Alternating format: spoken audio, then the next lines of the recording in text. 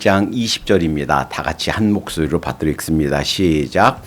이 일을 생각할 때에 주의 사자가 현몽하여 가로되 다윗의 자손 요셉아 내 아내 마리아 데려오기를 무서워 말라. 저에게 잉태된 자는 성령으로 된 것이라. 아멘. 2024년 이 성탄절에 예배에 참석한 여러분 모두에게 하나님의 큰 사랑과 은혜가 넘치시기를 주님의 이름으로 축원드립니다. 2000년 전에 예수님께서 처음 이 땅에 오셨을 때 예수님을 맞이했던 여러 사람들이 있습니다. 그 사람들을 분류해 보면 대략 4가지 형태로 분류할 수가 있어요. 그리고 그 4가지 형태의 사람들은 지금 우리가 이 세상을 살아가는 여러 사람들을 분류하는 한 대표적인 형식이 될 수 있습니다. 또 하나, 예수님께서 다시 오실 때에 우리가 살고 있는 모습을 보여주는 대표적인 4가지 형태의 사람들이 될 수가 있습니다. 자, 그 4 형태의 사람들이 어떤 사람이었는지 살펴보면서 나는 지금 어떻게 살고 있는가, 그리고 이 다음에 이 세상을 떠날 때, 그리고 혹은 예수님이 다시 오실 때 내가 어떤 모습이어야 되는가, 우리 자신들을 살피면서 하나님께서 큰 깨달음을 주시는 시간이 되시기를 빕니다. 자, 첫 번째 예수님을 맞이했던 첫 번째 사람은, 첫 번째 형태 유형의 사람은 대제사장들과 서기관들이에요. 자, 이들은 어떤 사람들인가 잘 보세요. 하나님께서 우리 자신들을 선택하셨다. 나는 택한 백성이다 라고 하는 자아 정체감이 있었습니다. 이 세상 어느 민족, 어느 누구에게도 주지 않았던 하나님의 말씀을 주셔서 하나님 말씀을 갖고 있다라고 믿었던 사람들이에요. 이 세상 어디에도 어느 민족에게도 없는 하나님께서 성전을 역사상 3번이나 건축하게 하셨고 허락하셨던 하나님의 임재의 상징이 그들 가운데 있었던 백성이에요. 자, 그런데 그들이 예수님께서 처음 이 땅에 오셨을 때 예수님을 영접하고 맞이했나요? 그렇지 않았습니다. 그럼 이들이 몰라서 그랬는가? 그렇지 않아요. 잘 알고 있었어요. 헤롯이 대제사장들과 서기관들을 다 모았다고 그랬습니다. 그리고 물었다고 그랬어요. 유대인 왕이 어디서 났을 것 같으냐? 그랬더니 곧바로 대답이 나왔어요. 유대 베들레헴입니다. 이것은 그냥 나오는 말이 아니에요. 미가서 5장 2절에 이미 예언되어 있었고 이 대제사장들, 서기관들이 이미 알고 있었다는 얘기예요. 그래서 묻자마자 곧바로 나온 거예요. 베들레헴에서 나셨을 겁니다. 그러니까 여기에서 뭘 할 수 있는가? 내가 구원받은 하나님의 백성이다. 나는 거듭났다. 나는 이제 하나님의 아들과 딸이 되었다. 라고 자신하고 확신하고 그런 자아 정체감 가운데 살고 있는 사람들도 이 서기관들과 대제사장처럼 살 수 있다라는 거예요. 아는 것이 문제가 아니에요. 다 알고 있고 또 한 번 비침을 얻고 이미 다 알고 있어요. 그런데 이렇게 예수님을 영접하지도 않고 예수님께 경배하지도 않고 할 수도 있다라는 거예요. 한때 예수님 믿은 것으로, 나는 한때 예수님 믿는다고 고백했고 사람과 하나님 앞에 시인했고 그래서 침례 혹은 세례, 성세도 받았고 그러니까 나는 구원 열차 티켓을 받았습니다. 비록 내가 교회는 지금 안 나가지만 나는 이 땅을 떠나면 반드시 천국 갈 것입니다 라고 생각하고 살고 있다면, 그리고 하나님과 나와 어떤 관계가 전혀 없는 것처럼 그렇게 살고 있다면 우리는 이 대제사장들과 서기관들처럼 살고 있다 하는 거예요. 그러니까 이미 구원받았다라고 생각하면서 전혀 순종이 없는 삶을 살고 있는 사람들, 이 사람들이 첫 번 성탄절에 대제사장과 서기관처럼 살 수 있는 그러한 유형의 사람이다 라는 것을 기억해야 되겠습니다. 두 번째 유형의 사람들, 이것은 헤롯 왕입니다. 헤롯 왕은 유대인이 아니에요. 출신이 에돔 사람이에요. 이방인이에요. 이방인인데 로마가 BC 63년부터 이스라엘을 지배하기 시작했어요. 그리고 로마에서 잘 보여서 로마에서 이스라엘 왕으로 세웠어요. 그리고 이 유대인들의 환심을 사기 위해서 예수님 오시기 20년 전 BC 20년부터 역사상 세 번째로 성전을 다시 재건축하기 시작했습니다. 그리고 그 성전은 예수님 당시에도, 예수님이 공생에 하실 때에도 다 완성이 안 돼 있어요. 그 성전은, 세 번째 역사상 있었던 성전은 AD 64년에 완공이 되었습니다. 어떤 부분은 기초를 약 한 40m까지 파고 들어가서 기초를 놨다고 그래요. 돌로 아주 단단하게 세운 성전입니다. 예수님이 그 성전을 보고 아주 한탄하셨어요. 그리고 예언하셨습니다. 돌 위에 돌 하나도 남겨 있지 않을 것이다. 그 성전이 완성되고 나서 약 6년 뒤에 AD 70년에 로마 장군 티토 장군이, 타이투스가 정복하면서 마지막 남은 저항군들이 섬으로, 가까이 있는 섬으로 도피하자 그 성전에 있는 돌을 다 파서 바다를 메워서 정복했습니다. 문자 그대로 예수님이 말씀하신 대로 돌 하나 돌 위에 남지 않고 다 무너졌어요. 그 화려했던 성전이. 동방박사가 와서 묻습니다. 유대인의 왕이 어디서 태어났습니까? 어디 있습니까? 우리가 경배하러 왔습니다. 그랬더니 하는 말이, 그래요? 당신들이 찾으면 나한테도 와서 좀 알려주시오. 나도 그에게 경배하러 가겠소. 이렇게 얘기했지만 그것은 거짓말이었습니다. 그것은 그 아기로 태어난 그 유대인의 왕 예수님을 죽이려고 한 것이에요.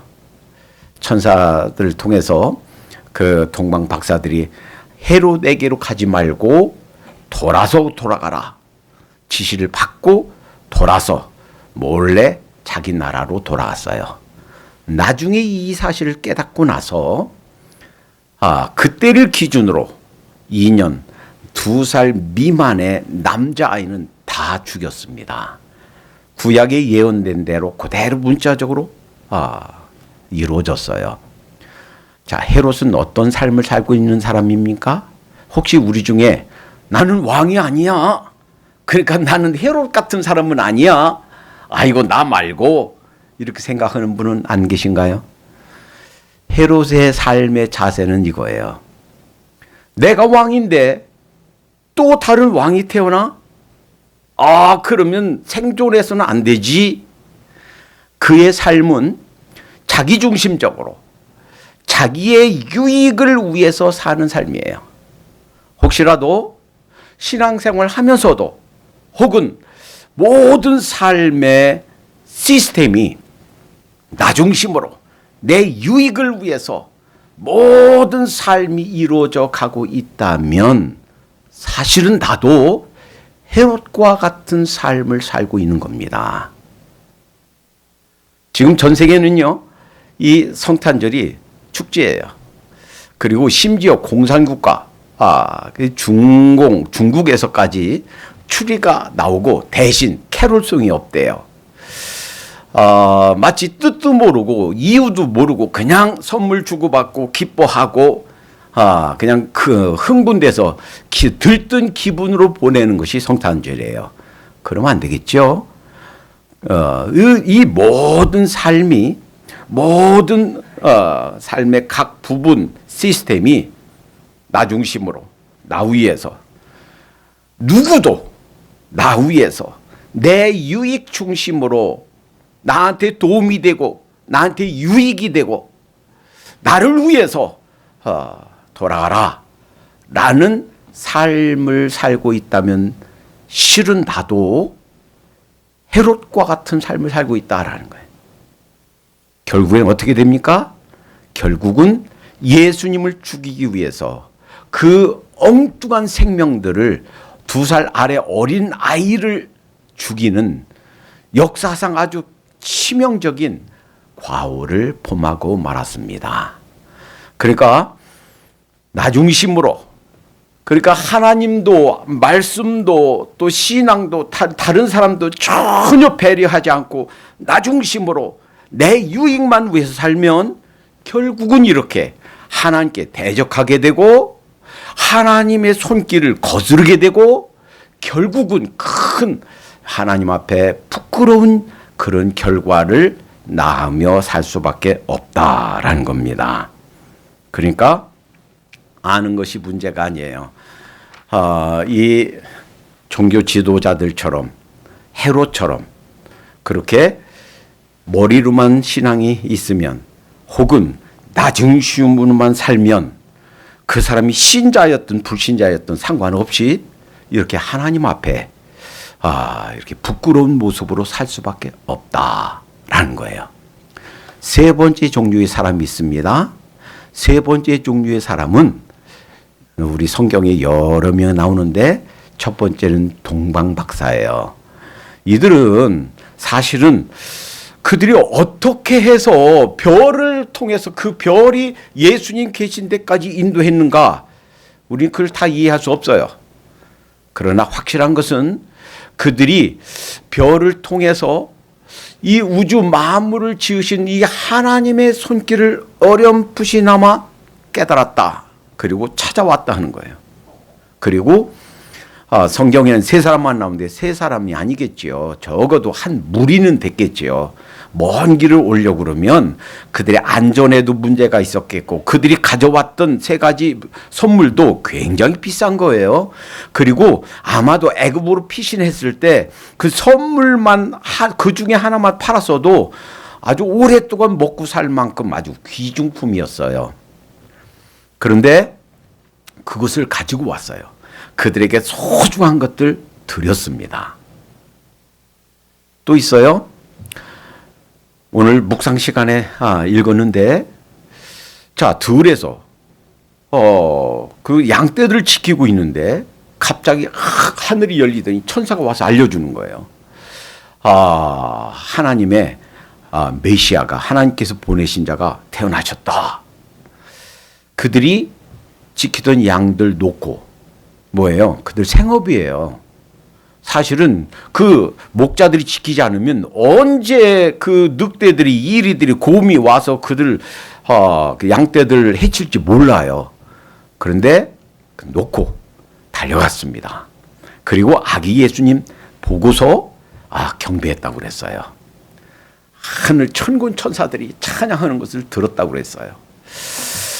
자, 요 두 종류 사람만 보면 어떤 모양으로든 하나님께서 우리 메시아 예수님을 보내주셨다라는 것을 가르쳐 주셨을 때 다른 거 다 내려놓고 자기들이 최고 귀하게 여겼던 것을 드렸다는 거예요. 누가복음 2장에 보면 또 두 사람이 나옵니다. 한 사람은 시므온이고 한 사람은 안나예요. 이들이 나이 많도록 그들이 경건하게 살면서 주의 오심을 즉 메시아 보내주실 것을 약속을 믿고 기다렸다고 그랬어요. 그리고 그 예수님을 보고 감사와 찬양, 경배를 드렸어요. 그리고 시를 남겼어요. 그러니까 세 번째 종류의 사람은 이런 사람들이에요. 어떤 계기를 통해서 어떤 방식으로 우리에게 예수님에 대해서 알려주셨든 간에 그것을 깨닫고 나서는 그분께 정말 중심에서 나오는 찬양과 경배를 올려드렸다 하는 거예요. 그들에게 소중한 것을 드렸다 하는 거예요. 여러분, 이 세 번째 종류의 사람들처럼 우리도 살아야 될 줄로 믿습니다. 하나님께서는 이 세 번째 종류의 사람들, 어떤 방식으로 예수님 만났던, 어떤 계기를 통해서 예수님 만났던, 그분이 바로 메시아로서 십자가에서 나를 대신하여 못 박혀 돌아가셨다. 그래서 나의 죄를 용서받을 수 있는 길을 만드셨다 하는 걸 알고 그분을 최고의 분으로 모시는 그들을 주님께서 우리를 다시 새 하늘과 새 땅으로 모셔드릴 줄로 믿습니다. 그곳에서 다시는 눈물이 없고 다시는 이별이 없고 다시는 질병이 없는 그곳에서 영원토록 주님과 함께 있게 할 줄로 믿습니다. 네 번째 종류의 사람이 있어요. 그 사람은 오늘 본문에 나온 당사자들이에요. 오늘 본문은 그거예요. 요셉아. 그냥 요셉이 아니에요. 다윗의 자손 요셉아예요. 왜 그럴까요? 하나님께서 여러 번 구약에서 약속을 해 주셨어요. 그 약속 따라서 다윗의 후손으로 오신 분이에요. 그래서 마태복음 1장 1절은 아브라함과 다윗의 자손 예수 그리스도의 세계라 그랬어요. 이 말은 아브라함에게 주신 약속, 다윗에게 주신 약속 따라서 오신 메시아다 하는 거예요. 자, 이 요셉과 내 아내 마리아 데려오기를 마리아예요. 그러니까 이들이 어떤 삶을 살았나요? 마리아 생각해 보세요. 자신의 태를 하나님께 쓰시겠다는 거예요. 여러분, 우리가 이렇게 쉽게 말하지만 사실은 이 일은 보통 심각한 문제가 아닙니다.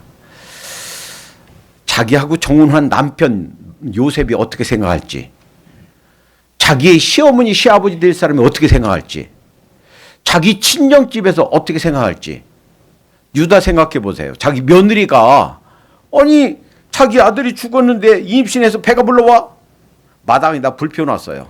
태워 죽이려고. 이 자칫 잘못하면 이 마리아는 그렇게 돌에 맞아 죽을 수도 있고 요셉의 아기가 아닌 다른 사람의 애를 가지고 있다. 이것은요 자기 생명을 건 헌신이에요. 요셉도 마찬가지예요. 이 요셉도 나하고 청혼하고 아니 내가 손도 안 잡았는데 아니 임신해서 배가 불러와. 보통 사람 같았으면 그냥 불나게 쫓아가서 문을 확 열어 젖히고 배를 확인해보고 정말 배가 불러오네. 소문이 이게 사실이었네. 그리고 그냥 마당으로 끌어내서 여보세요 동네 사람들 이럴 수가 있습니까? 아마도 난리를 쳤을 거예요. 그런데 그러지 않았지요. 조용히 끊고자 했다. 그 성품이, 그 성격이, 그 태도가 진중했다 하는 거예요. 그때 성령님께서 하나님께서 천사를 통해서 가르쳐 주시는 말씀이 이거예요. 다윗의 자손 요셉아, 내 아내 마리아 데려오기를 무서워하지 말아라. 그 마리아가 잉태된 그 아기는 성령님으로 된 거야. 사람의 능력으로 된 것이 아니야. 그것을 믿었습니다.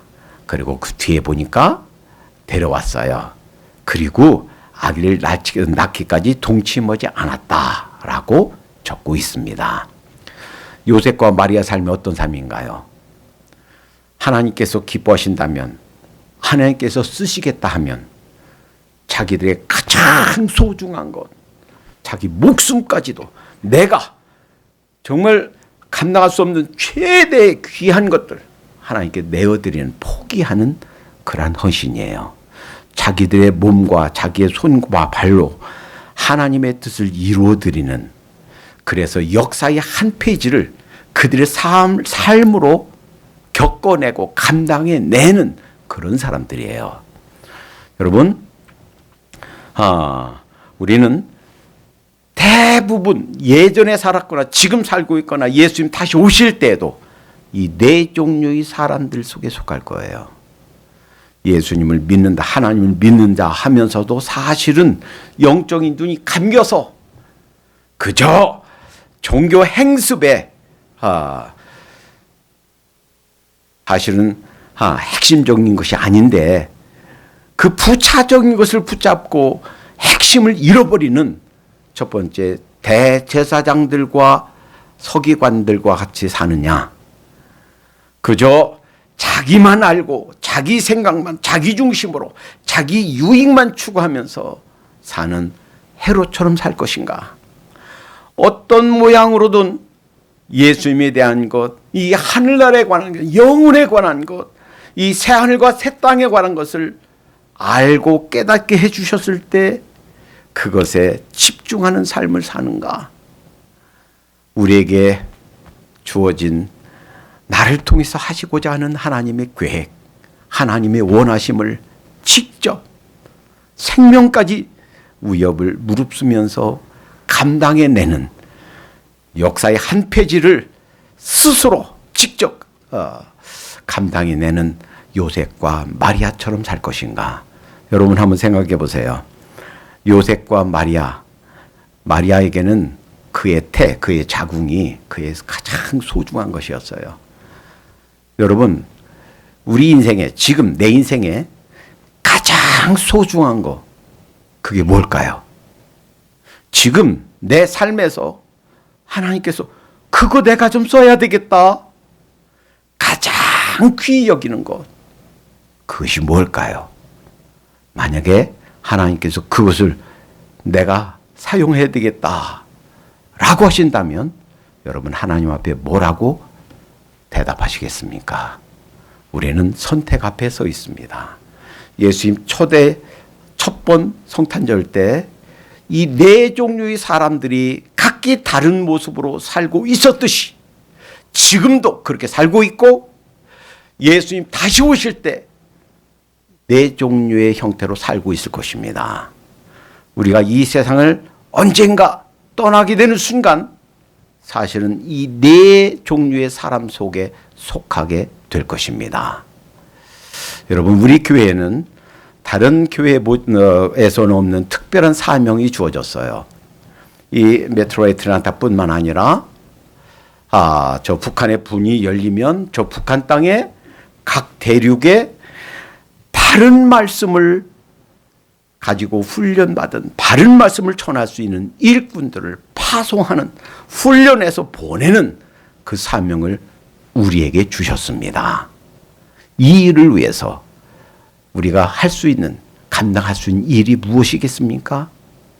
마리아처럼, 요셉처럼 하나님의 원하심을 직접 우리 삶으로 감당하고 또 주님의 원하심을 성취해가는 우리 모두가 되기를 주님의 이름으로 축원드립니다. 기도하겠습니다. 사랑해 주님, 감사합니다. 주님께서 이 세상에 오신 것이 저희들에게 큰 축복이요 또 큰 은혜인 줄로 믿습니다. 동방박사처럼 또 자기 일에 충실하던 그 들에 있는 목자들처럼, 그리고 평생을 경건하게 살면서 주님의 오심을 고대하던 시므이와 안나처럼 자기들의 가장 소중한 것을, 그 위험을 무릅쓰고 감당해냈던 요셉과 마리아처럼 그렇게 살 수 있도록 인도해 주시옵소서. 우리의 가장 소중한 거 주님께서 쓰시겠다 하면 아낌없이 내어드리고, 주의 말씀이 만방에 전파되기 위해서, 잃어버린 영혼들이 주님께 돌아오기 위해서 나의 가장 소중한 것이 필요하다 하시면 아낌없이 내어드리는 저희가 될 수 있도록 인도해 주시옵소서. 예수님의 이름으로 기도하옵나이다. 아멘.